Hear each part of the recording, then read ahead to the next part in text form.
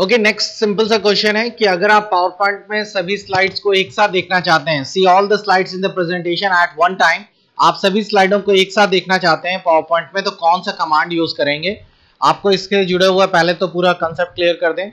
मान लीजिए हमारे पास ये पावर पॉइंट है और पावर पॉइंट में हमारे पास काफी सारी स्लाइड्स हैं, जैसे ये बहुत सारी स्लाइड्स हैं। हम अपने पावर पॉइंट में अपनी स्लाइड्स को ये 4 अलग अलग व्यूज में देख सकते हैं।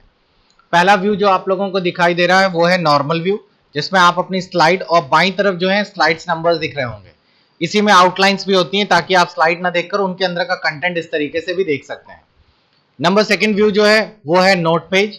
नोट पेज में आपको अपनी स्लाइड और उसके नीचे लिखने के लिए एक ब्लैंक पेज आ जाता है। इस ब्लैंक पेज में आप लोग अपना कंटेंट टाइप कर सकते हैं, लेकिन जो नीचे आप टाइप करेंगे ये कंटेंट आपका स्लाइड शो में नहीं दिखाई देगा, ये सिर्फ प्रिंट के लिए है। और तीसरा ऑप्शन है वो है स्लाइड सॉर्टर। आप देख रहे होंगे स्लाइड सॉर्टर में जैसे ही हम क्लिक करते हैं हमारी सारी स्लाइड छोटे छोटे थंबनेल में बन जाती हैं और हम अपनी सभी स्लाइडें देख सकते हैं। जिस स्लाइड को आगे पीछे करना है यहां से खिसका के आगे पीछे भी कर सकते हैं इस तरीके से। स्लाइड शो से हमारी स्लाइड्स नंबर 1 स्लाइड से शुरू हो जाती है चलना। तो इस तरीके से हमारे पास ये अलग अलग व्यूज हैं, ये आप जरूर यूज कर लीजिए। तो हमारा सवाल एक सिंपल सा था कि इसमें से कौन सा व्यू है जिससे कि आप सभी स्लाइडें एक साथ देख पाएंगे, और वो सही जवाब है स्लाइड सॉर्टर। नेक्स्ट, RISC का फुल फॉर्म बताया गया या पूछा गया है कि ये क्या है। तो RIC जो है रेस्क्यू इंस्ट्रक्शन सेट कंप्यूटर, इसका फुल फॉर्म ये लिख लीजिए, ये है। और ये एक प्रकार के इंस्ट्रक्शंस होते हैं जो कि माइक्रो प्रोसेसर से कंसंट्रेटेड हैं। ये माइक्रो प्रोसेसर्स के लिए दिए गए इंस्ट्रक्शंस हैं जिससे कि आपका कंप्यूटर्स जो है वो सही एग्जीक्यूशन कर सकता है। इसको थोड़ा सा हार्डवेयर में समझना पड़ेगा। ये बेसिकली माइक्रो प्रोसेसर जो टॉपिक होता है, जो बीटेक से या फिर इससे कंसंट्रेटेड लोग हैं जिन्होंने 8086 की प्रोसेसिंग की होगी, उनको आसानी से समझ आ जाएगा। आप फिलहाल याद रखने के लिए इतना ये लिख लीजिए, क्योंकि क्वेश्चन आया था इसलिए आपको बताया जा रहा है कि RISC जिसका मतलब है रिड्यूस इंस्ट्रक्शन सेट कंप्यूटर्स, और ये कंसंट्रेटेड है माइक्रो प्रोसेसर से। ये एक प्रकार का कमांड होता है जो कंप्यूटर्स के जितने भी इंस्ट्रक्शंस में जो एरर्स होती हैं उनको खत्म करने के लिए इस्तेमाल किया जाता है। नेक्स्ट क्वेश्चन है कि अगर आपके पास कोई भी हाई लेवल लैंग्वेज में कोई कमांड है तो उसको मशीन कोड में कैसे कन्वर्ट किया जाए। ये हर बार पूछा जाता है। आप लोग ये वर्ड याद रखिए, कंपाइलर और इंटरप्रिटेटर। ये 2 वर्ड बहुत इंपॉर्टेंट हैं, ये हर बार पूछे जाते हैं। चलिए थोड़ा सा इसको एक्सप्लेन कर दें। कंपाइलर एंड इंटरप्रिटेटर बेसिकली एक प्रकार के ट्रांसलेटर है। ट्रांसलेटर वर्ड का मतलब होता है एक को दूसरे कोड में बदल देना। कंपाइलर क्या करता है, जैसे आपने कोई प्रोग्राम बनाया, जैसे सी लैंग्वेज है, सी लैंग्वेज में आपने एक पूरा प्रोग्राम बनाया है कोडेड लैंग्वेज में, और जब उसे आप एग्जीक्यूट करते हैं तो प्रोग्राम पूरा रन करता है। लेकिन सी लैंग्वेज में कंपाइलर एक ऐसा सॉफ्टवेयर जुड़ा रहता है जो पूरे प्रोग्राम को पहले स्कैन करता है और फिर उसको मशीन कोड्स में कन्वर्ट कर देता है, पूरे के पूरे प्रोग्राम को एक बार में। और फिर जो भी प्रोग्रामिंग में होता है, जैसे आपने कैलकुलेशन करने को कहा या वॉल्यूम कम ज्यादा या जैसा भी प्रोग्राम बनाया है, वो पूरा का पूरा प्रोग्राम एग्जीक्यूट कर जाता है। ये बहुत ही फास्ट टाइम लेता, मतलब कि एक तरह से कहिए बहुत ही फास्ट एग्जीक्यूट करता है, बहुत ही कम समय में काम करता है। इसमें एरर भी जो होती हैं वो आप लोगों की जब तक पूरी क्लियर नहीं हो जाएंगी, आपका प्रोग्राम पूरी तरीके से डिबग नहीं हो जाएगा, तब तक वो आगे नहीं बढ़ने देगा। एग्जाम्पल के लिए C++ ये सब कंपाइलर बेस्ड प्रोग्रामिंग है। अगर इंटरप्रिटेटर की बात की जाए तो इंटरप्रिटेटर भी एक प्रकार का ट्रांसलेटर है, लेकिन ये पूरे प्रोग्राम को नहीं एक साथ कंपाइल करता। ये अगर प्रोग्राम में 10 लाइनें हैं तो पहले एक लाइन को पढ़ेगा और तुरंत उसको ट्रांसलेट कर देगा, और उसके बाद सेकंड लाइन पे आ जाएगा, सेकंड लाइन पूरा पढ़ेगा फिर ट्रांसलेट कर देगा। इससे आपका प्रोग्राम शुरू तो हो जाता है, लेकिन मान लीजिए 5वीं लाइन में आपकी एरर है तो 5वीं लाइन पे जाकर इंटरप्रिटेटर रुक जाता है, क्योंकि वहां उसके आगे नहीं बढ़ पाता। जब 5वीं लाइन के आप एरर हटा देंगे तब वो आगे बढ़ेगा। तो दोनों में डिफरेंस बहुत सिंपल सा है, जो दोनों ट्रांसलेटर्स ही हैं, बस इसमें पूरा का पूरा प्रोग्राम एक साथ स्कैन होकर एक साथ एग्जीक्यूट करता है, इसमें प्रोग्राम लाइन दर लाइन स्टेटमेंट पढ़ता है और फिर एग्जीक्यूट करता है। तो बस यही एक डिफरेंस है। तो हमारे पास एक क्वेश्चन था कौन सा है हाई लेवल और मशीन लैंग्वेज, तो कंपाइलर और इंटरप्रिटेटर दोनों यही काम करते हैं, लेकिन इंटरप्रिटेटर ऑप्शन में नहीं था, इसीलिए कंपाइलर इसका सही जवाब है। नेक्स्ट,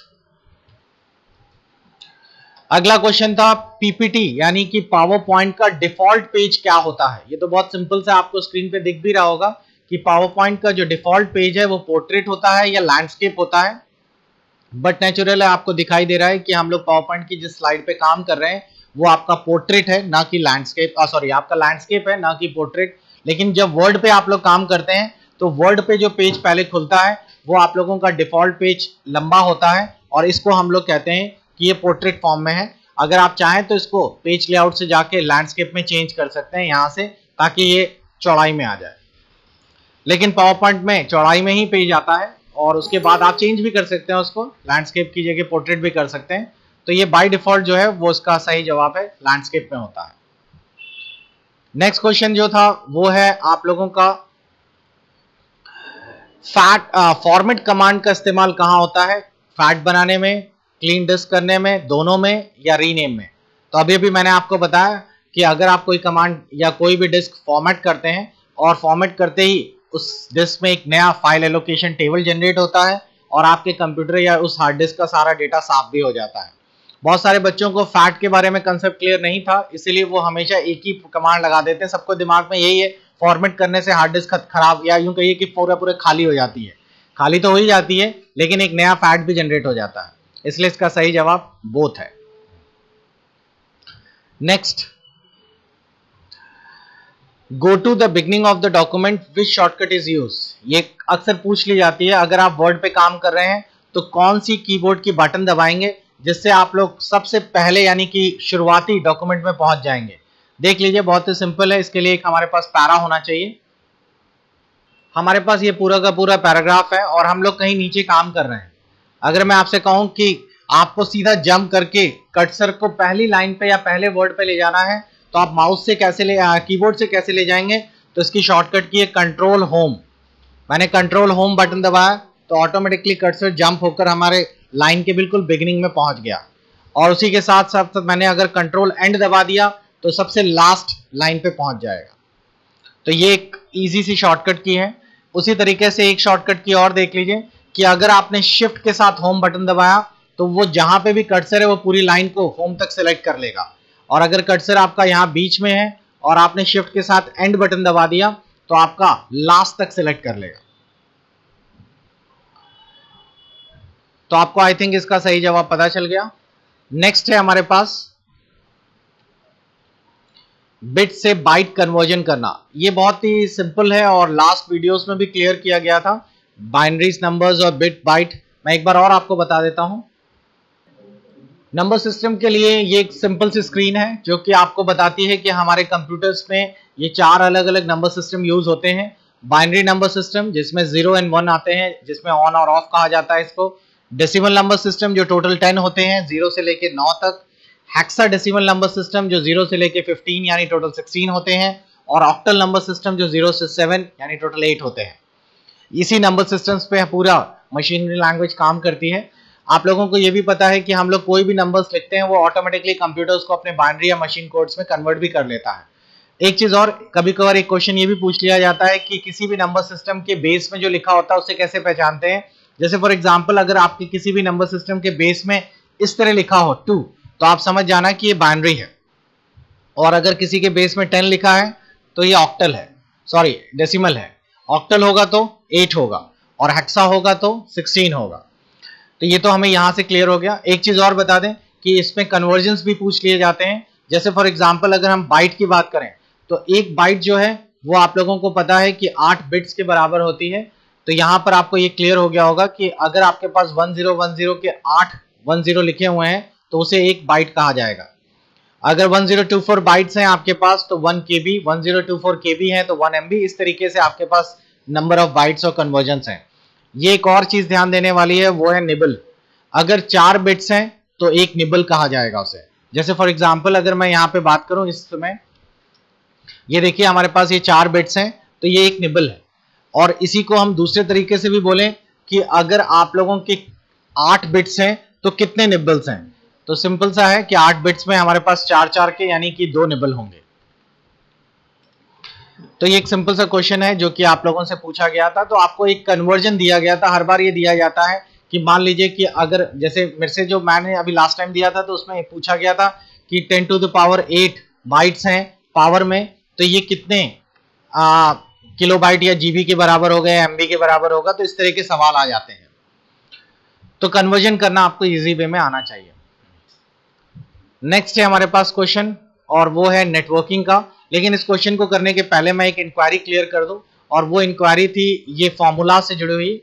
लास्ट टाइम अभी मेरे को किसी ने फोन करके पूछा था कि सर हमको रेफरेंसेस से जुड़ी हुई काफी सारी प्रॉब्लम होती है, खासकर माइक्रोसॉफ्ट एक्सेल में। तो मैं आपको चलिए रेफरेंसेस के बारे में बता दूं, एक्सेल में हमारे पास रेफरेंसेस कैसे काम करते हैं। देखिए एक्सेल में आप कोई भी चीज बनाते हैं, आपको सभी को पता होगा कि एक्सेल पे हम लोग काम करते समय फॉर्मूलाज यूज करते हैं। फॉर्मूलाज को हमने 3 अलग अलग कैटेगरीज में डिवाइड कर दिया है। पहले तो एब्सोल्यूट सेल एड्रेसिंग कहलाता है, दूसरा जो है आपके पास वो कहलाता है आप लोगों का रिलेटिव सेल एड्रेसिंग, और तीसरा जो है वो मिक्स्ड सेल एड्रेसिंग कहलाता है। तो पहले तो देख लीजिए इसका क्या मतलब है, बहुत ही सिंपल सा है। जैसे मैं पहले आपको एक्सप्लेन कर देता हूं। जैसे फॉर एग्जांपल हमारे पास एक शीट है, और शीट पर मैंने आप लोगों को कुछ नंबर्स दे दिए और आपसे कहा गया कि इसको ऐड कर दीजिए, सब्ट्रैक्ट कर दीजिए।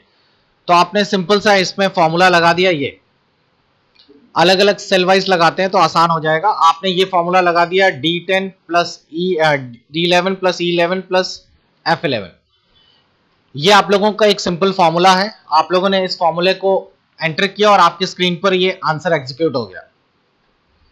अगर आप लोग ये फॉर्मूलाज पे काम करते हैं, लेकिन अगर इस फॉर्मूले के अंदर को मैं ये मैटर कॉपी कर लूं और दूसरी जगह जाके पेस्ट करूं, तो आप देखेंगे यहां आंसर 0 आ गया। 0 इसलिए आ गया क्योंकि फॉर्मूला भी वहां से यहां तक पेस्ट हो गया। सिंपल है। और इस फॉर्मूला में पेस्ट होते ही यहां पे नंबर्स कुछ नहीं थे, तो इसलिए आंसर भी कुछ नहीं आया। लेकिन अगर मैं आपसे कहूं कि सभी स्टूडेंट्स को इसमें ग्रेस मार्क देने हैं, जैसे फॉर एग्जाम्पल मैंने यहां पे लिख दिया और सभी स्टूडेंट्स को यहां पे ग्रेस मार्क देने हैं।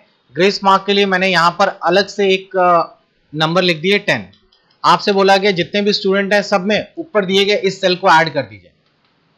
तो अगर मैं इस फॉर्मूले पे जाऊं और यहां लिख देता हूं प्लस ये वाला सेल जो कि G6 है, तो अभी पहले वाले स्टूडेंट्स के लिए तो सही आएगा आंसर, क्योंकि पहले वाले स्टूडेंट में 10 नंबर्स ऐड हो गए होंगे। लेकिन जब मैं इस फॉर्मूले को नीचे ड्रैग करता हूं, जैसे फॉर एग्जांपल मैंने यहां लिख दिया 50 50 50 और इस हिसाब से 150, अगर मैं इसको नीचे ड्रैग कर देता हूं तो ग्रेस मार्क जुड़ने के बाद यहां 160 हो जाना चाहिए था। लेकिन देखिए उसने फॉर्मूला तो लगा दिया, लेकिन फॉर्मूला में गड़बड़ी ये हो गई कि फॉर्मूला नीचे ड्रैग करते ही अपडेट हो जाता है, और उसने ऊपर G6 की जगह नीचे फॉर्मूले को G7 में अपडेट कर दिया। अब यहां पर वो फॉर्मूला काम नहीं करेगा। इसके लिए हमें क्या करना पड़ेगा? इसके लिए हमें यहां पर एक एड्रेस लोकेशन चेंज करनी पड़ेगी। यहां G6 की जगह $6 लिखना पड़ेगा, और $6 लिखने से फॉर्मूले का एड्रेस जो है अब वो कांस्टेंट हो गया है। अब अगर मैं इसको ड्रैग करता हूं तो बाकी फॉर्मूलाज तो बदल जाएंगे। देखिए यहां पे बाकी फॉर्मूला तो जो 11 थे वो 12 हो गए, लेकिन ये G6 ही रहा। और नीचे वाले को भी चेंज करते हैं तो ये सब चेंज हो गए, लेकिन ये G6 ही रहा। और ऐसा ही हमें चाहिए था, ताकि अगर किसी का ग्रेस मार्क यहाँ 10 की जगह हमने 20 कर दिया तो आप देखेंगे तीनों में 20 20 20 बढ़ गए होंगे नंबर। तो इस हिसाब से हमारे पास एक्सेल ये एक्सेल में हमारे पास अगर देखा जाए तो हमारे फॉर्मूलाज 3 तरीके से कंबाइन है। एक है रिलेटिव सेल एड्रेसिंग, जिसका मतलब है कि आपका जो फॉर्मूला है वो इस तरीके से फॉर्मूला सेल के बिहाफ पे निकाला जाता है। दूसरा जो अभी आप सिंपल सा है, जैसे आप देख रहे हैं B3 plus C3 plus D3, इसमें कहीं डॉलर नहीं होता। दूसरा है एब्सोल्यूट सेल एड्रेसिंग, इसमें आपको इस तरीके से डॉलर लगाना होता है, और ऐसे लगाने से आपका सेल एड्रेस जो है वो स्टैटिक हो जाता है, यानी कि कांस्टेंट हो जाता है, वो नहीं बदलता। बाकी ड्रैग करेंगे तो बाकी बदलेंगे, बाकी नहीं बदलेगा, ये डॉलर वाला नहीं चेंज होगा। और तीसरा जो है वो है आप लोगों का मिक्स्ड में हम दोनों मिलाकर चलते हैं। दोनों का मतलब आप देख रहे हैं इसमें आपका रेफरेंस वाला भी है और स्टैटिक वाला भी है, तो दोनों मिलाकर हम लोग फॉर्मूला यूज करते हैं। तो हमारे पास 3 एड्रेसिंग है अलग अलग। तो आई थिंक आपको ये क्लियर हो गया होगा।